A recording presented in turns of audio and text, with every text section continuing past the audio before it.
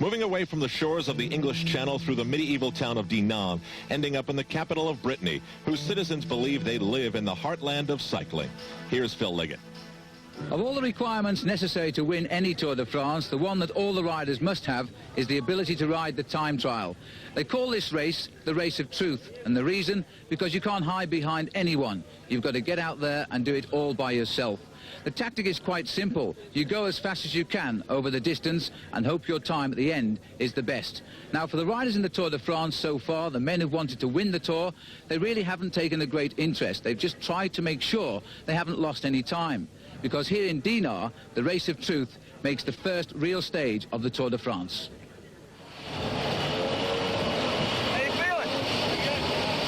Trailing the leader of the Tour de France, Ignacio da Silva of Portugal, by 3 minutes and 28 seconds, is American Greg LeMond, who warms up with a brisk ride through the streets, knowing that today he will find out the role he may play in the race. American Andy Hampsten is 3 minutes and 44 seconds back. But knowing that his specialty, the grueling climbs of the mountains, are still ahead, he just wants to stay close to the leaders.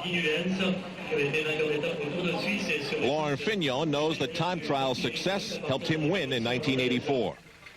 Pedro Delgado is not in last place anymore, but still trails the lead by almost 10 minutes. This week, he has not in an anxious way overextended himself to make up time, and that may prove to be an energy-saving move of experience. On the other hand, it might be difficult to figure out just what the Spanish star might be thinking. This was the unexpected moment from the first day of the Tour. The start house empty. Pedro Delgado late for his starting time. Delgado is no stranger to drama. 3 years ago, he withdrew from the race in tears when he learned of his mother's death. Last year, his jubilation in victory was haunted by headlines linking him to drugs, and this year the press accused him of bribing another rider. When he finally scrambled into the start house, Delgado had lost almost 3 minutes. He began his ride like a man trying not only to make up lost time, but also to outrun his star-crossed past. The late start set the stage for a long weekend's nightmare. Mobbed by the press, humiliated in the team time trial when the other members of his team were forced to wait for him because he couldn't keep up, he lost further time and acted like a man for whom the race might be already over before it had even begun.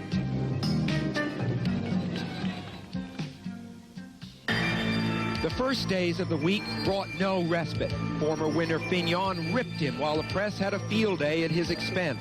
Even the Spanish papers seemed to delight in his fall from grace. Pedro's only relief has come at each morning's signing-in ceremonies, when he knows that as the day's stage begins, at least aboard his bike, he will be left alone.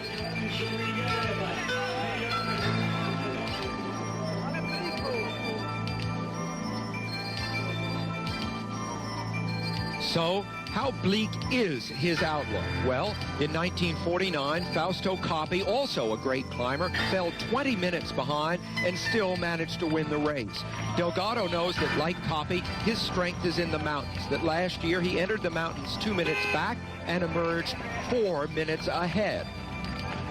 But he also knows what those 6 minutes cost, and the rivals he faced then were weaker than those he faces now. 9 minutes, 57 seconds back. Is it too much? The 29-year-old defending champion of Segovia, Spain. 5'8", 140 pounds, and muscles as tight as the strings on a violin. He begins his 45-mile individual time trial ride with a slight English Channel breeze at his back. Delgado begins his effort in the first hot sunshine of the Tour. And with his main rivals not due to start for 3 more hours, he's no alternative but to give his all and hope his time is the best at the end of the day.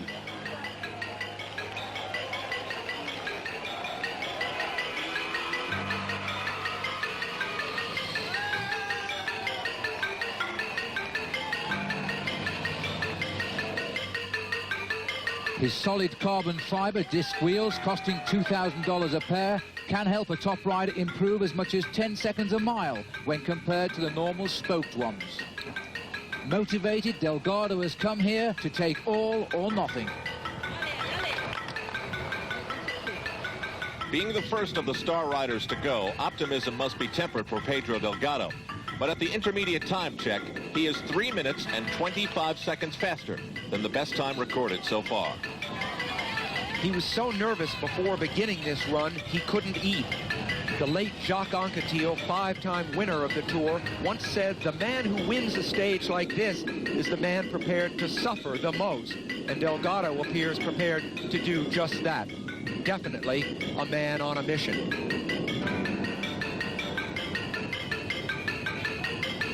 But the body must be fed, and Pedro Delgado grabs his favorite mystery liquid. And in an effort like this, the fluids must be kept topped up and the body salts replaced in full. Each rider will choose that which suits him.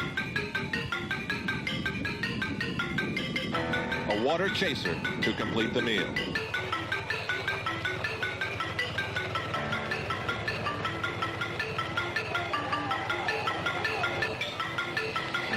Having passed what seemed to be a person for every foot of this 45-mile ride, Pedro Delgado enters the city of Rennes, completing a ride that could only be termed spectacular. This is an inspired ride by a man fighting to survive, and Delgado is doing more than that. The final numbers show that Pedro Delgado eclipses the best time so far by more than 4 minutes. With a ride that strong, we know that Pedro Delgado will make up some time by the time all the riders have gone. But with the other stars still to come, it is impossible to say how much. He'll just have to wait, knowing that he's coming back and that for now, he has the clock headed in the right direction.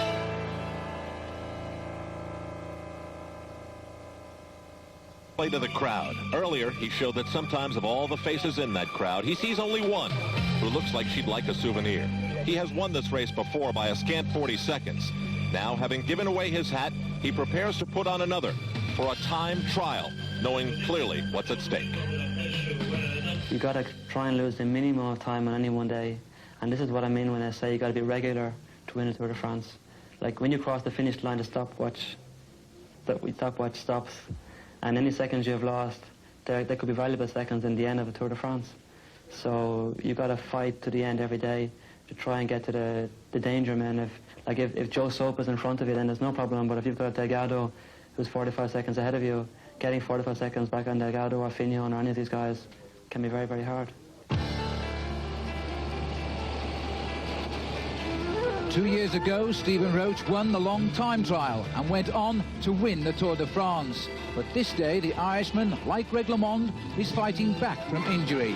He's racing now into the unknown. Roche starts like his former self and at 13 miles has the best time so far, a second better than Delgado. The wind has shifted and is now hitting Stephen Roche in the face. And that is the challenge as well for Andy Hampson of the 7-Eleven team, who in many ways has been the quiet man of this tour. Hampson has a keen sense for strategy, and he rarely pushes himself to the limit on relatively flat courses like this one, believing that going all out here might gain him a few seconds now, but cost him minutes in the days to come.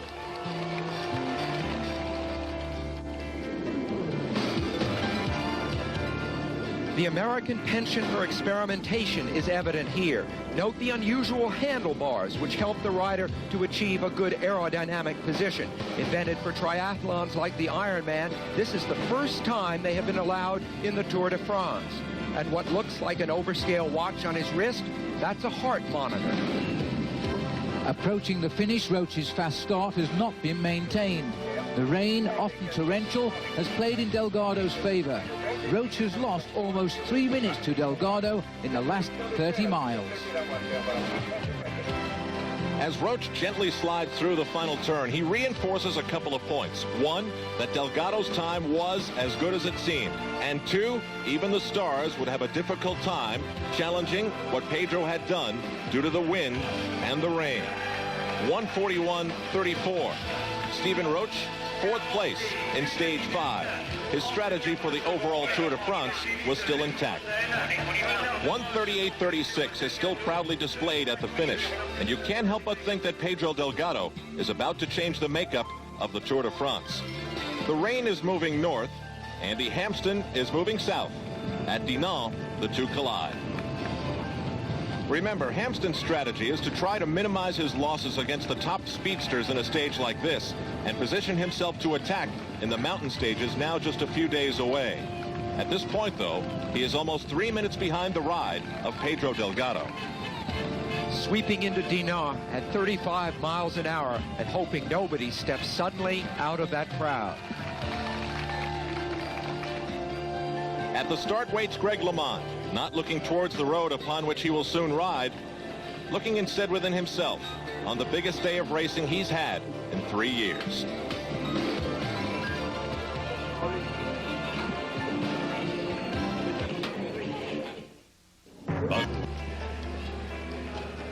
Andy Hampsten, 4th and best rookie in the Tour de France in 1986, personifies streamlining as he races towards the end of the 45 miles time trial. Hampsten's racing to limit his losses with no illusions of winning the test. Hampsten just wants to make sure he keeps in touch with the pace for the days ahead. So much of Andy Hampsten's life has been focused on the winning ride in the Tour de France. He tasted it as Greg LeMond's teammate when Greg had the ride. Now the preparation has come from the strong strides atop cross-country skis and mountains near Boulder, Colorado, and in holding back just a little bit in races this year so that when the moment approaches, he'd be ready. The mountains will provide the moment, and while Andy has been the quiet man of this race so far, it is almost time to speak up. And this finish still allows him to do just that. But it will take the help of teammates like Shaun Yates, whose pacing may be a key and whose effort here should provide Hampsten with a lift, and the knowledge that Yates will be ready when the moment comes, because Yates is right behind him. Shaun Yates is a thoroughbred when it comes to producing pure speed. And last year he won the fastest time trial in Tour history. But this day, the Englishman is behind Delgado at all of the timing points. Injured, Yates still produces a ride to keep him close to the leader. A lot may hinge on that leg that Yates injured last Tuesday, for 7-Eleven has already lost Tour de Trump winner Dag Otto Lauritsen. Right now, Andy Hampsten. This day was billed as the day that maybe the real push for the finish begins.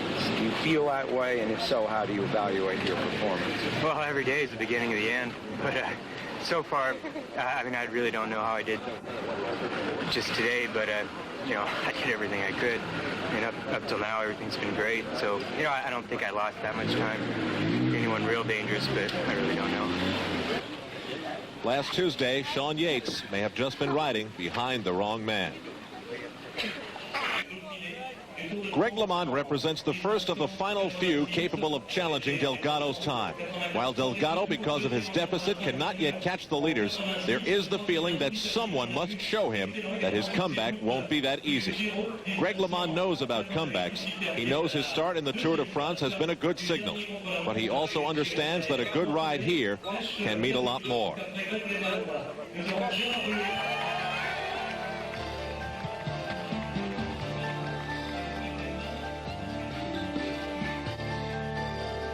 During all the times Greg was down, battled thoughts of quitting, and finally stuck it out, he believed there would come the time when he would know his status. And deep down he knew that destiny would mean that time would probably come in the Tour de France.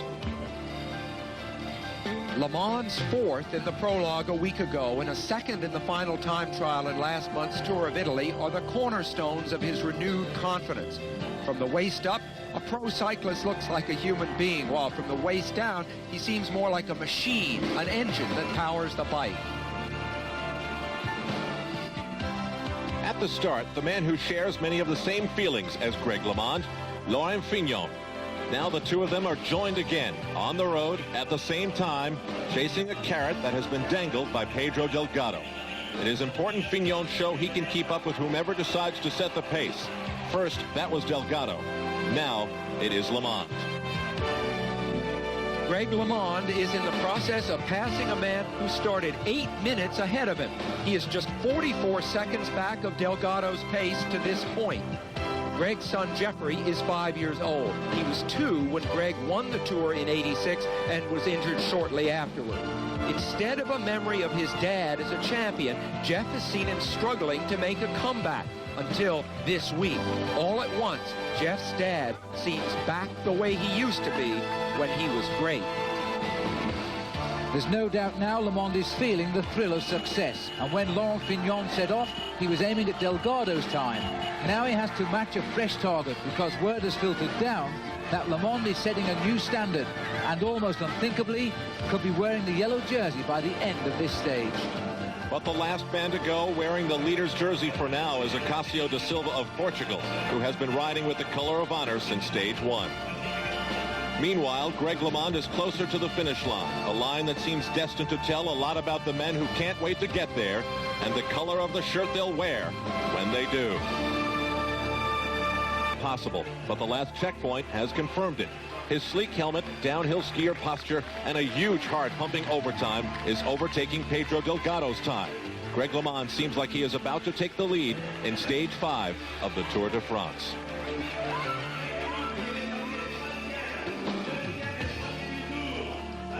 Despite the wet weather and an unsureness of which way to go, LeMond is turning a dream into reality.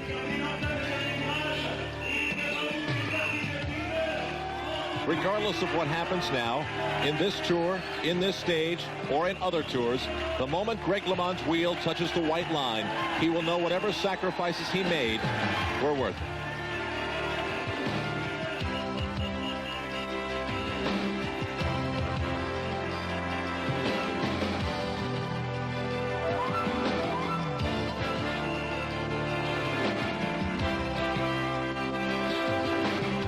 He was the story of 1986, more famous in Europe than at home. And as quickly as he stumbled, the press grumbled about Greg LeMond. Now you can see he's being massaged by clumsy hands, the way the European press says to Greg LeMond, welcome back.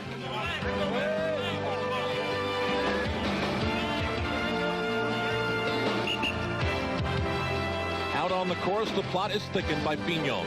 He is 41 seconds behind LeMond's pace. He led LeMond by 51 seconds when the day began. It is apparent that LeMond and Fignon are destined to have everyone staring at the clock.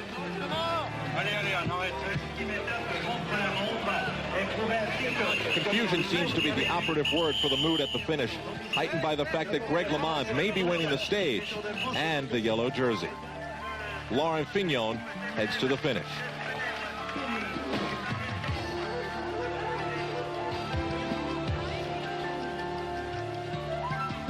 Fignon is a Frenchman riding on French roads, and after 5 years of injury, he's healthy now for the first time since he last won this race, and the crowd is loving it. Already, Fignon's time is not good enough to beat LeMond's and win the stage. And the moment it has taken him longer than 1:39.03 to finish the 45-mile course, he won't wear the yellow jersey. There could be a message here.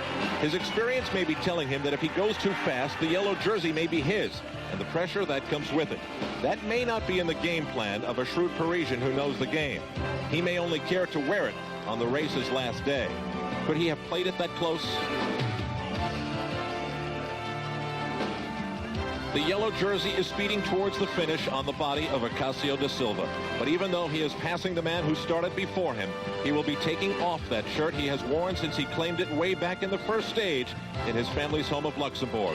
He will never forget the honor. After 2 years of darkness, the shirt brings in the color of the sun. The yellow jersey has always been a symbol of cycling's greatest race. Greg LeMond has said the only yellow jersey he cares about is the one you get to wear in Paris, which would mean you've won that race. That yellow jersey for LeMond is a long way off, but this one is a symbol that it is possible for him to do it once again. The final standings of this, the 5th stage, reveal that LeMond, Delgado, and Fignon put on quite a show.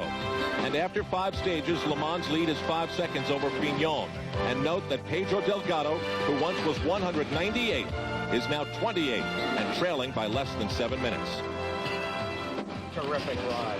Yeah, I'm extremely happy. I don't know what to say. A week ago, you spoke to us cautiously about your comeback. Did you have any idea then that it would reach this magnitude?